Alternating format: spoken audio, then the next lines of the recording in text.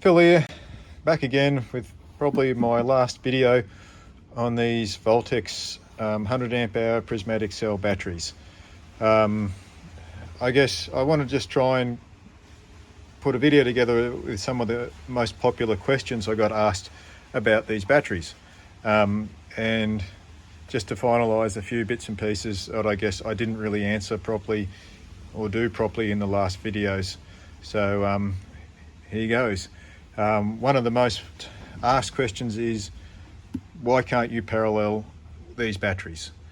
Now, before I did the video on the paralleling of these batteries, I did actually ring up and ask a couple of lithium battery assemblers here in Australia why you wouldn't be able to do it, and none of them could really say why you couldn't.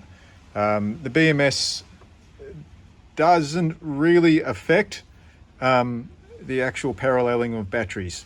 Seriesing it does, because each BMS has a different voltage rating, so it can handle higher voltages across the MOSFETs without damaging things, I believe. So I'm not going to go into seriesing, because I wouldn't series these batteries myself with the BMS that's in there, because I cannot find any voltage specifications on that on those BMSs. Okay, so if you want to, you can definitely series these to discharge them. There is no reason why, but I would probably parallel them or charge them individually, I should say, to recharge them, just for safety's sakes. But hey, you know, you can always give it a go. I mean, they're only cheap, you've got nothing to lose. You could pull them apart and put a different BMS in them if you really want to spend the money on a BMS, so you can allows you to parallel it. You know, 65 to 100 bucks will get you a way better BMS of what's in this.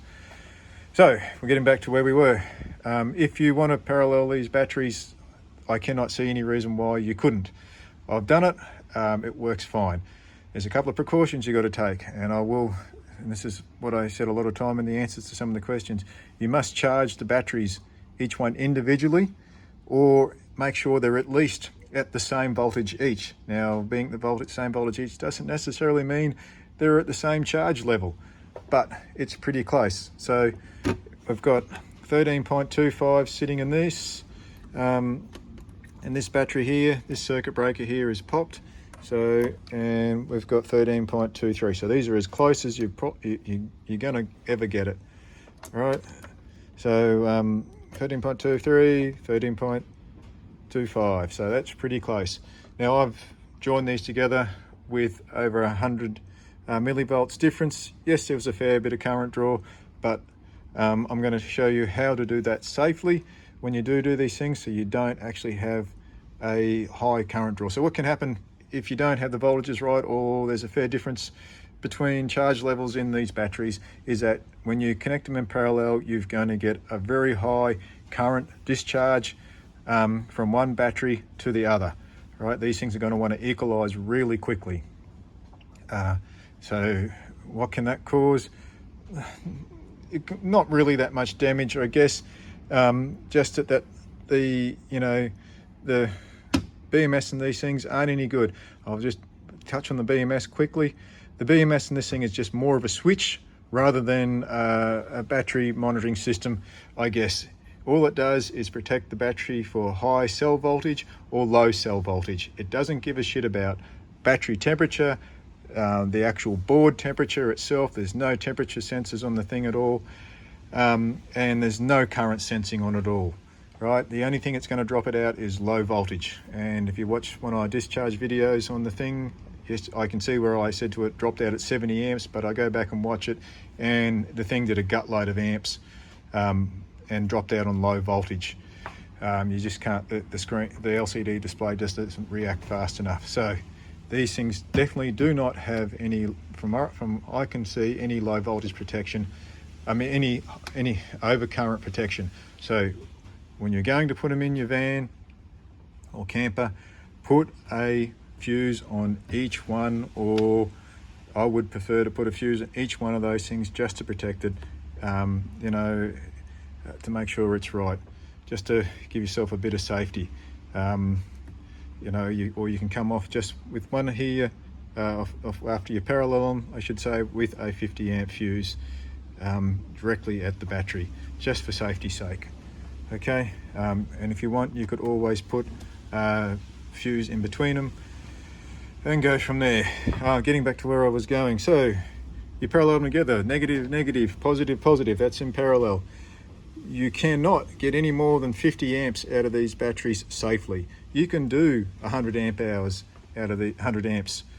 You can double the current output out of these batteries, yes you can, but the problem is if you're drawing 100 amps off a parallel pair of these batteries and one of them drops out because of low voltage disconnect, all that load's going to go onto this one here, which can cause obviously too much current for the thing, and it will actually burn out the wiring or the BMS, because the BMS is only rated to a maximum of 60 amps.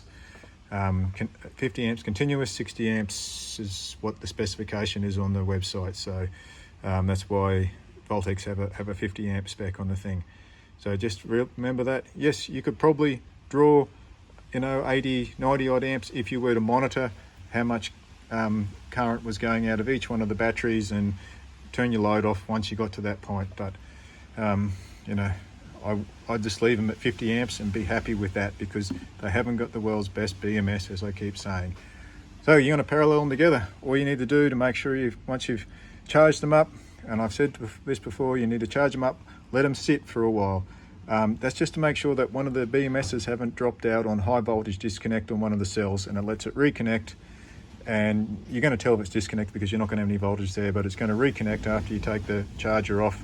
Let it sit, check the voltage, make sure it isn't a big huge difference, recharge that battery again, and then let it sit for a bit to make sure once it's recharged that the voltage is sag back down. So normally 12 hours if you want to be really safe. If you're impatient and you think they're fairly close together like they are at the moment, these things have just been sitting on the bench for the last 2 days. They sag and voltage back really quickly from their charge voltage, which should be around 13.5, which would be where you would see a really good lithium battery roughly. These things sag back to 13.26, which is 80 to 90% charged. Fine, it's all good, I'm happy with that.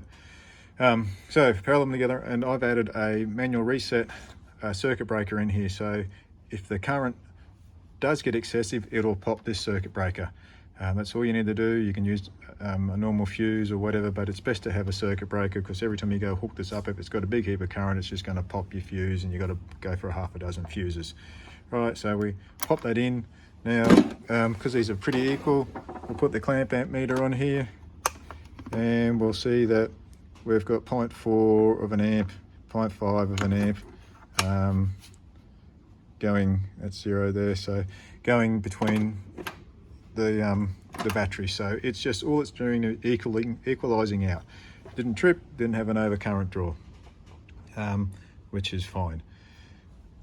So just remember that. Once that's sat there, leave that sit there for a while. Once your current draw gets down to 2 parts of bugger all, which is about what that is, you'll be right to know that yes, they're safely leveled out.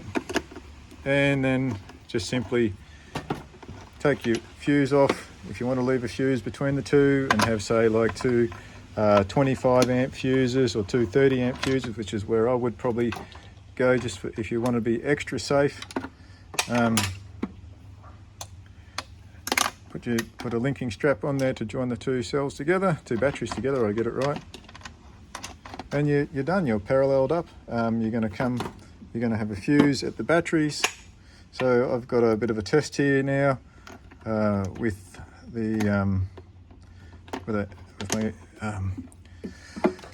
my inverter. Got stuff falling off everywhere, but who cares?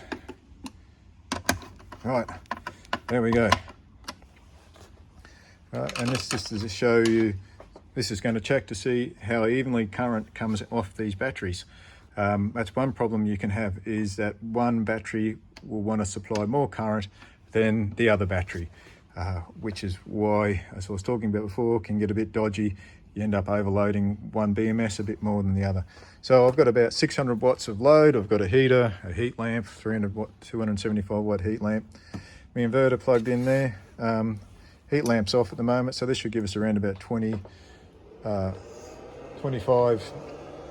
odd amps of current load, 27. So that's coming out of both batteries.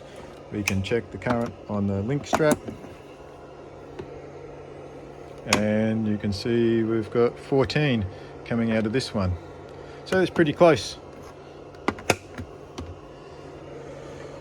14.7, so 15. That's saying it's actually doing slightly more current out of this battery than this battery. All right, we'll up the load a bit more. And this is a 50 amp total load. And you can see we're doing 28 volt amps, I should say. So this should be roughly, we would like to see 25 amps out of each cell, but we're not. We're actually getting more coming out of this battery here. Right, so that's the reason why that you limit these things to the 50 amp overall capacity if you're going to use them safely. Right, we'll turn that load off. Other question I got asked a lot was cell size. I'm sorry, I made a mention that the cells are probably recycled. That was probably not the best description to use. Recycled does cover a lot of meanings when it comes to lithium prismatic cells, in the fact that they classify some low-grade cells as recycled. So when they make cells, I understand some cells don't come up to scratch, or there is actually companies that actually manufacture low-grade cells, and just for cost. It's cheap. You know, they're not the same quality as an A-grade cell, and so there is a market out there. I contacted VoltX, and they actually said to me all their cells are new cells. So that would mean that they're probably all low-grade, B-grade, low-grade cells. So I said they were bigger than a normal 100 amp hour cell. So when we're looking at the VoltX cell, this is the measurements. It's 235 long, so that's from this to this, and they're 37 mil thick, and they're 130 mil wide. Now an EVE cell, which is my sort of common go-to cell to use, is 200 millimeters long. So these ones are 35 millimeters long than the EVE cell. So, you know, everything else is about the same, but these are a slightly 35 mil longer cell. That's the actual body, not the terminal top. Okay, so that gives you some sort of realization that these are a slightly bigger cell. Most 100 amp hour cells are around that 200 millimeter long mark. These are 235. And there is a few videos on YouTube explaining how to identify B-grade cells, and they do say the B-grade cells are often larger. They have their voltage tends to sag lower, as in when they're recharged, so they don't hold their actual top voltage very much. So that's why you end up with a bigger cell size to get the actual capacity. Another thing people asked me a lot was about whether there's a barcode underneath here. Now I've pulled this label off and pulled the battery out. I'm not going to do it here because it's an absolute bitch to do. It's really tight in there, and there is no QR code on the tops of these batteries whatsoever that I can find. Okay, I've only done one battery. I peeled the sticker off the side here on them. I can't find anything that gives me any identification. There is barcodes and numbers there, but that's about it. Okay, I'll attach on the active balancer. Now I installed these active balancers here for more for a trial. I've done a lot of reading them. They sounded like they were a good thing. A lot of people said they're shit. Are they any good?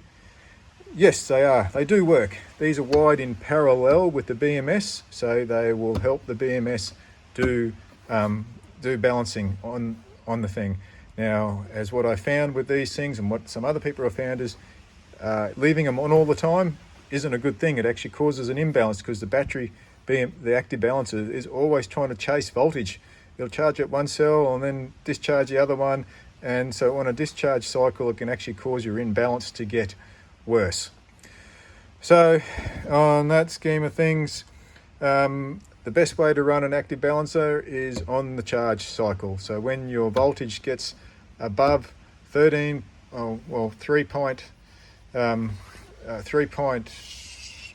it right, 3.5 volts a cell is about where you want it to turn on, but I just, in my setup, I just leave it turned off, and when I'm driving down the road with the charger running, I'll turn them on and then let it balance out after I've camped for the night. If you were a bit smarter than me, you would probably put a voltage sensitive switch in there. Some BMSs do have that function to switch and disconnect loads, so you could do that. Is it worthwhile you spending money on an active balancer? Hell no, wouldn't bother with it. I'd actually buy a better quality BMS that has a fairly high discharge rate on the passive balancing. That works the best out of the scheme of things. This balances a lot quicker when you actually have it charging, although the BMS does 2 parts of bugger all for active balancing and these things. I think it's less than 20 milliamps. I'm sorry I couldn't measure it very accurately when I tried doing it, but I know I did say it's less than 50 milliamps, but these things are pathetic active balancing wise. Last question is charging these up, top balancing these batteries, did it give it any more capacity? The answer to that is no, not really. It gave it probably about, this battery here, about 2 more amp hours capacity. That's about it. Now the rain's coming down again. The best you can hope to get out of these batteries is about 80 amp hours. They'll do it easily all day, every day. So that's still 160 amp hours easily. After that, the actual battery voltage tends to drop really, really fastly. Now, I've done a bit of a sheet here, did some paperwork on these, and this is starting with the battery taken straight off the charger. You can see that the cell voltage was all 3.5, pretty even except for cell 3. And so it had, we're talking about maximum cell difference all the way through this thing, 0.03 volts. This is running through with a 50 amp load, so 49.2 amps load on the battery. And you could see as the battery got to the hour and 45 minute, the voltage started to drop below 12 volts. And look, really anything below sort of 11.5 volts, you're really starting to run out of capacity. Now this was actually the load test on this battery, which I said in the videos was a better battery because it had better balanced cells. It actually only did 94 amp hours. So if you want to bag it out, yeah, by all means, it didn't do it. But so this is quite a high, a good, working at its maximum capacity, nearly via 1 amp. So that gives you the idea of sort of what we've got. The cells stayed fairly close. So I top balanced this one and the max deviation stayed pretty good until we got to the very end where one cell failed, dropped its bundle totally, which was cell 1, which oddly enough sort of was somewhere in between voltage wise. It was the third lowest charged cell.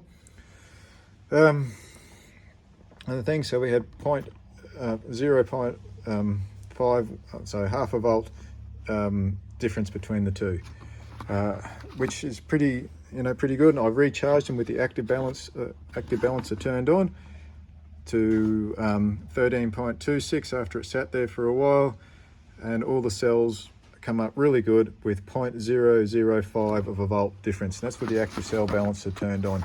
Now with the charging it without the active cell balancer turned on, it actually pretty well stays at that half a volt difference, I found. If you're charging it quickly and don't run an absorption charge mode on the charger. Just quickly on this one, this was the actual, this battery here, I actually did another current draw on it to see if top balancing it made any difference. Now it gave it a total of, when I top balanced it, gave it another 2 amp hours more. So really bugger all, but the main thing I'm interested in is the cell voltage difference. So this is the same discharge rate, 49, 50 amps. The top one is this battery here, and you can see it actually stays, now I've top balanced, the voltage cell difference stays really good, whereas before it was worse than the second battery under load. So really happy with that. With that difference, so that's a win. Hey, I guess the last thing is how to top balance these cells. You don't have to disconnect anything at all. All you've got to do is go through with your 3.6 volt charger, clip onto here, positive onto here, negative onto there, charge that until your current drops down to, you know, below half an amp or 800 milliamps roughly. Any sort of, you know, lower than that, and the BMS is drawing power off it to charge, to try and balance that cell. So then you move on to the next one. So you've got to change it. That'll be positive there, that'll be negative there, and then you just swap your leads around as you work your way down, and you can top balance the cells without disassembling them. It works, and there's nothing wrong with doing it that way. Perfectly safe, you're not going to die. You know, you can do it with a 6 amp charger, you know, to do it. So charge the battery fully with a normal charger first, and then just top them up with the to balance your voltages out, just with a set voltage 3.6 volt charger, and that'll fix a lot of these problems with these batteries and make them run quite well for a longer period of time. Right, hopefully that answers some questions that I should have answered in the other videos. I know it's a bit long-winded and you're probably given up on watching the rest of it by now, so I'll let you go at that.